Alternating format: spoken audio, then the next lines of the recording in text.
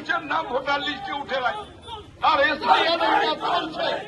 কবে এসআইআর শেষ হবে, ভোটার নাম ভোট ঘোষণা হবে কিনা সেটা নিয়ে সন্দেহ।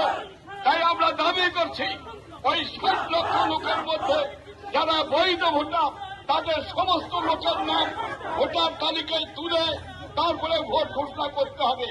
এই দাবি আমাদের কৃষক সভার পক্ষ থেকে করে আজকের সামান্য এই 10 মিনিটের জন্য আমরা পথ অবরোধ করছি কৃষক সভার পক্ষে।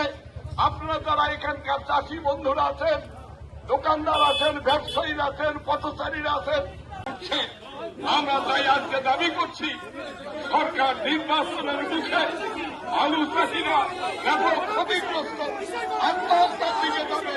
সরকার যদি এই আলু না কেনে, আমরা সরকারকে আলু আমাদের চাষিরা অন্য কৃষক বন্ধুরা সবাই মিলে ব্যাপক আন্দোলন গড়ে তুলতে হবে। সরকারকে এই আলু এই 14 টাকা কেজি দরে কিনতে হবে।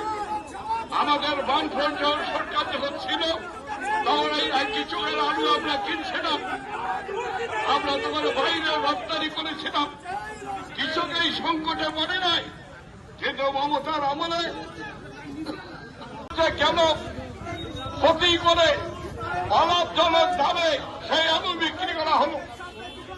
তারা তখন নিজের চাকরি